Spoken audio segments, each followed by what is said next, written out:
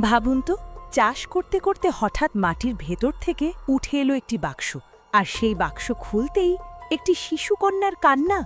হ্যাঁ, ঠিক এমনই এক আশ্চর্য ঘটনার সাক্ষী হয়েছিল মিথিলা রাজ্য। মিথিলার রাজা জনক ছিলেন ন্যায়পরায়ণ ও ধর্মভীরু রাজা, কিন্তু তার জীবনে ছিল এক গভীর বেদনা। তার কোনো সন্তান ছিল না।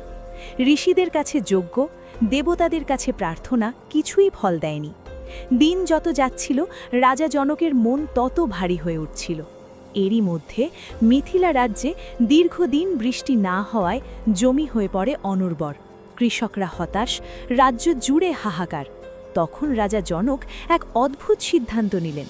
এই অনুর্বর জমিতেই তিনি নিজ হাতে লাঙল চালাবেন। একদিন রাজা নিজে লাঙল হাতে মাঠে নামলেন।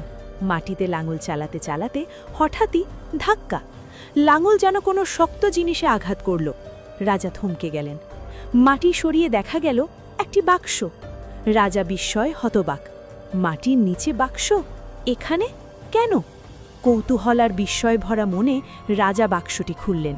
আর ঠিক সেই মুহূর্তেই একটি সুন্দর শিশুকন্যার কান্না মাঠ জুড়ে ছড়িয়ে পড়ল।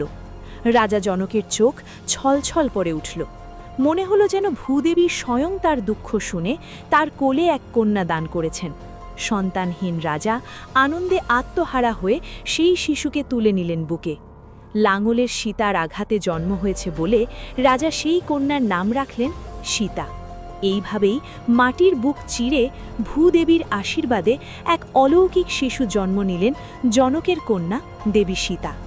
যদি এরকম ভক্তিমূলক কাহিনী আরও শুনতে চান, তাহলে কৃষ্ণপ্রিয়ার ভক্তি কথা চ্যানেলটা অবশ্যই সাবস্ক্রাইব করে রাখুন। হরে কৃষ্ণ।